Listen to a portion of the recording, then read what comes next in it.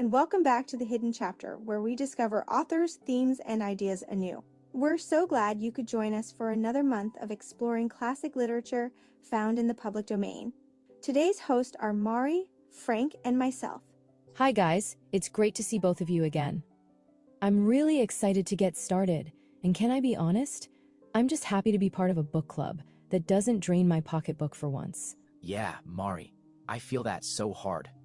My pocketbook is glad we are sticking with some free books. But as we have learned, free is not bad, right? As we've already had some great reads together, like last month when we traveled into the witty and romantic world of Jane Austen with Pride and Prejudice. We uncovered her sharp observations of society, her clever use of irony, and the ways her characters still feel alive more than 2 centuries later. Thanks for that reminder, Frank. And honestly, we're so glad to hear that so many of you actually picked up the novel after our last chat. That's really what this little club is all about. Dusting off those classics you've maybe heard of but never sat down to read. And this month, we're taking quite a turn from the ballrooms of Regency England to early 20th century America. Instead of witty romances, we're diving into a bold and imaginative work of feminist literature that asks some really big questions about society itself. Our featured author is Charlotte Perkins Gilman, and the book is her groundbreaking utopian novel, Herland. Yeah. This utopian story tells of 3 explorers who discover a hidden society composed entirely of women, a utopia that challenges their assumptions about gender, culture, and power. What makes this book so fascinating is not just the world Gilman imagined, but the ideas she was wrestling with in her own life. Ideas about equality, freedom, and what kind of future was possible. And that makes her story the perfect place to begin.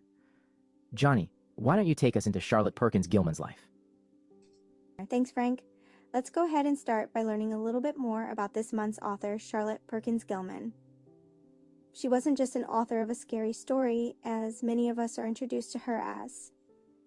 I think you will come to see that she is a woman who lived out her philosophy and that sometimes shocked the people around her.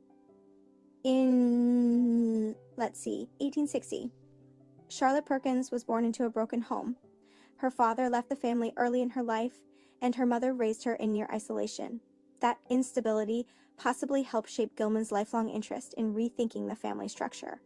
She married Charles Walter Stetson in 1884 and had her only daughter, Catherine. After suffering severe postpartum depression, she wrote The Yellow Wallpaper, which we read in class. It is a haunting critique of how patriarchal medicine silenced women. But here's the gossip. Just a few years later, Gilman left her husband and gave custody of her daughter to his second wife, Grace, a friend she had previously lived with, in California, and after a possible romantic relationship of her own with her. Gilman gave her child to Grace because she believed his new wife, her old friend, was better suited for motherhood. This was scandalous, but it was also Gilman practicing what she preached, what she called social motherhood, the idea that children should be raised by the most capable, not automatically by biological mothers. Through the 1890s, she supported herself as a lecturer and writer, lived independently, and even had intense, possibly romantic friendships with other women, like Adeline Knapp, a well-known journalist at the time. Again, she was pushing against every social expectation for women in her time. Then in 1898, she published Women in Economics, where she argued that women's economic independence was essential for the progress of humanity. That same belief shows up in Herland, where every woman works, every woman contributes, and no one is dependent. Later, she did remarry, this time to her cousin George Gilman, in what by all accounts was a more equal supportive partnership. She also launched her own magazine, The Forerunner, during this time. In fact, that is where Herland was first published. The first segment of it appeared in the 1915 edition of Gilman's own publication. So, when you read the utopian story of Herland, you're not just reading a feminist fantasy. You're seeing Gilman's entire life and philosophy in action. Communal childcare? She lived it. Functional clothing? She argued for it. Looking at her timeline here, it becomes obvious that she was a woman that was going to do and say what she thought was right. In 1935, facing terminal cancer, she ended her life with chloroform, leaving a note, "I have preferred chloroform to cancer." It was her final act of rational self-determination. Wow, that is very telling of her personality, right? Anyways, thanks for going over that timeline with us, Johnny, and doing all that research. No worries, I love the humanities.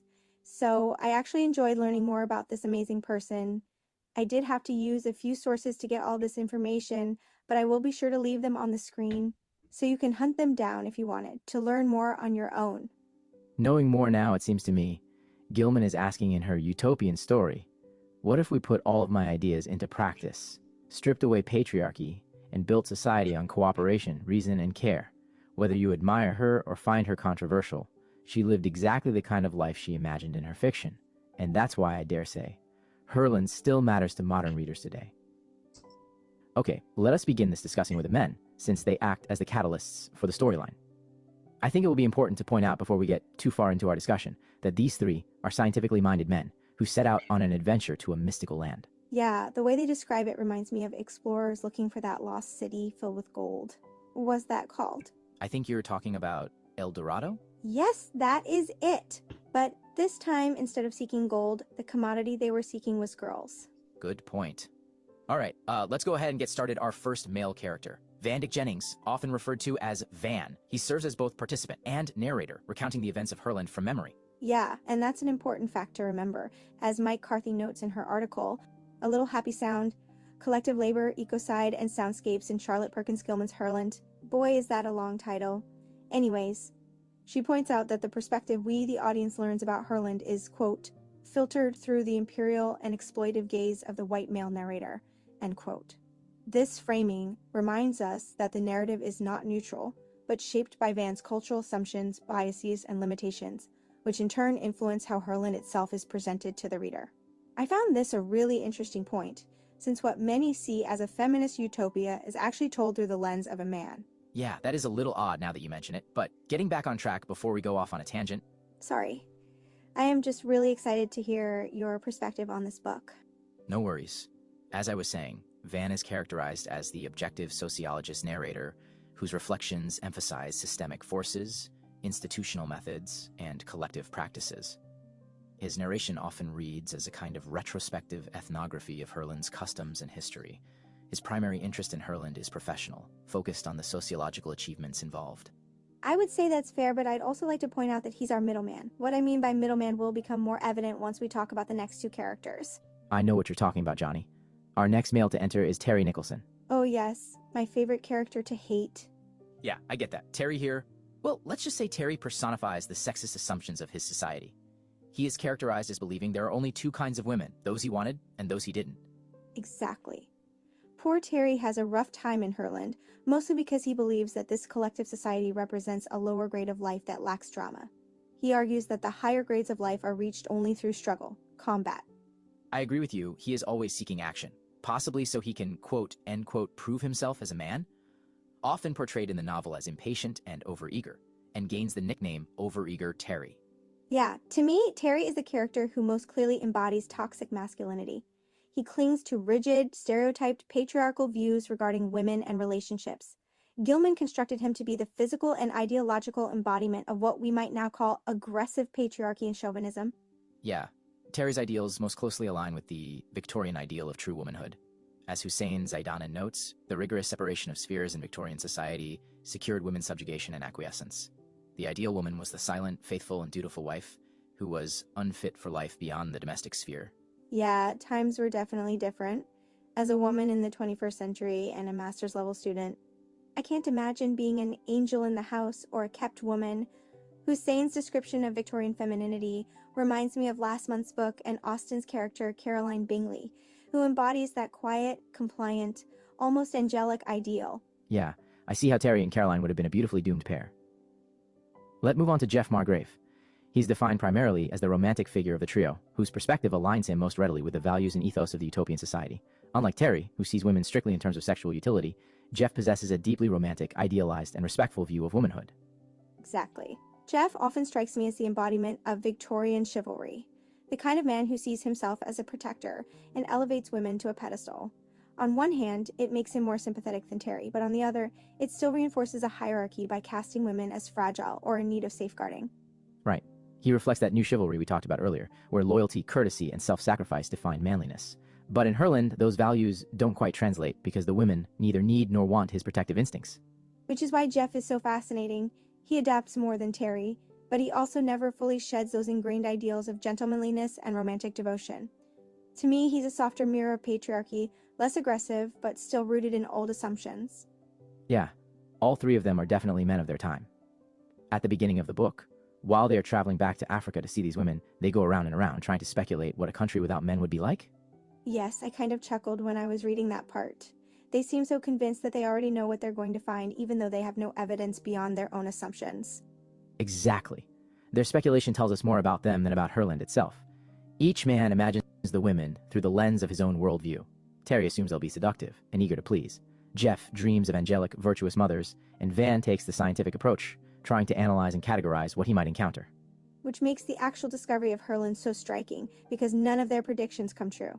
The society they find is nothing like what they imagined, and that clash between expectation and reality really sets the stage for the rest of the novel, which kind of makes sense when you think about who is writing this story and her motives behind it, you know? Yeah, exactly. Like you said in your overview of her timeline, we really get to see Charlotte Perkins Gilman's vision in action here. So, should we move on to meeting the women of Herland? Before we move on, I think it's worth summing up that these three men are essential to the story because they act as mirrors for Gilman's larger vision.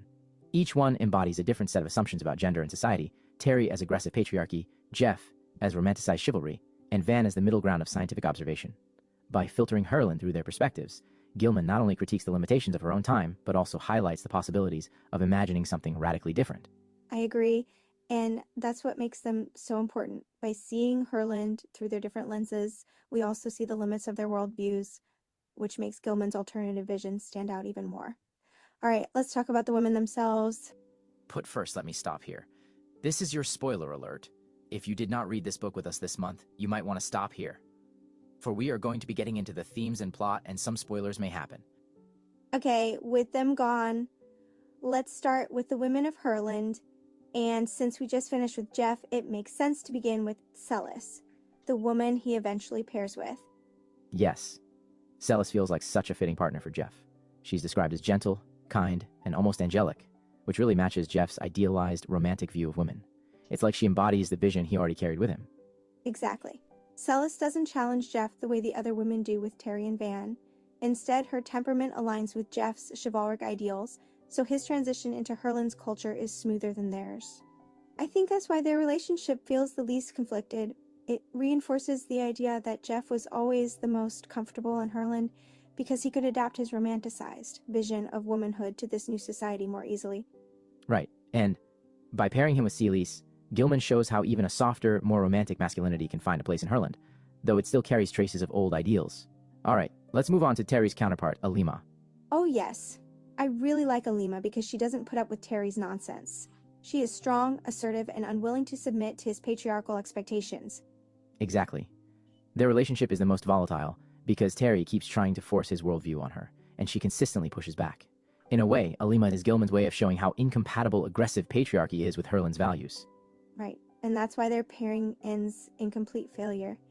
It highlights how toxic masculinity cannot coexist with a society built on cooperation, equality, and respect. Now, for Van's partner, Elidor. Elidor is such an interesting character. She's intelligent, curious, and deeply thoughtful, which makes her the perfect match for Van, since he is the most adaptable of the three men. Yes, through their relationship we really see Gilman's vision at work. Elidor becomes the bridge between Herland and the outside world, and her connection with Van shows that dialogue and mutual learning are possible if someone is willing to listen and grow. What makes them the most hopeful pairing? While Terry and Alima clash, and Jeff and Celis settle into a more traditional dynamic, Van and Elidor represent the possibility of true partnership where both sides influence each other. When you look at all three couples side by side, you can really see Gilman's critique of masculinity play out. Terry and Alima show the outright rejection of patriarchal dominance. Jeff and Celis reflect a softer, but still limited romantic ideal, and Van and Elidor embody the possibility of genuine partnership. Together, these pairings make clear how Gilman used the men not just as catalysts, but as contrasts to highlight her vision of a society built on equality and human potential. That's such a good point, and it feels like we've laid the groundwork now to start digging deeper into what Gilman was really trying to say through these dynamics. Agreed. And I think this is the perfect time to bring in Mari, since she's been listening quietly and probably has some insights we don't. Thanks. I'm glad to jump in here. As an industrial psychologist, what struck me right away is how Herland presents an alternative model of social organization that feels less about individuals dominating one another and more about collective cooperation. From a psychological standpoint, The men each embody different reactions to a society that doesn't operate by competition or hierarchy. Terry resists because he thrives on control. Jeff adapts because his idealism finds a place to latch onto, and Van observes because he's open to learning. Gilman, in a sense, uses them as case studies to show how deeply ingrained cultural assumptions shape behavior when people encounter a system that challenges their norms. Interesting, Mari. Yeah, one thing I found fascinating in Herland is the way authority and education are structured. The colonels, or the older enforcer women, act as protectors of social order. They don't rule by fear or violence, but they ensure that the values of cooperation and discipline are upheld, which gives stability to the community. That's such a great point, Mari, and it actually makes me think about the bigger picture of how Herlin works as a society. To me, everything seems to revolve around three main elements: education, motherhood, and cooperation. Education is central, like you just pointed out, because it's how values are passed down and how the men are reshaped once they enter the society. Motherhood is equally important, since the women of Herlin see it as not just a biological role but a communal responsibility that defines their identity and purpose. And then there's cooperation, which ties everything together. Instead of competing for resources or power, the women share responsibility and work collectively, which is why their society feels so stable and harmonious. I think that is a perfect way to start our discussion. Let's look at those three elements and start discussing the book and what our big takeaways are. Sounds good, Frank. All right, who wants to start us off? Mari? Frank? I'll start us off, but let's lay some parameters or we might be here all day. Let's look at each of the themes in turn while also thinking about the historical context of early 1900s and Gilman's own life. So let's get started on education. In Herland, education isn't really about school the way we know it, right? Instead, it's more like a system of social training. Gilman writes, and I quote, "Life to them was growth, their pleasure and their duty." Education isn't about competing or winning. It's about learning for the sake of growth. Exactly.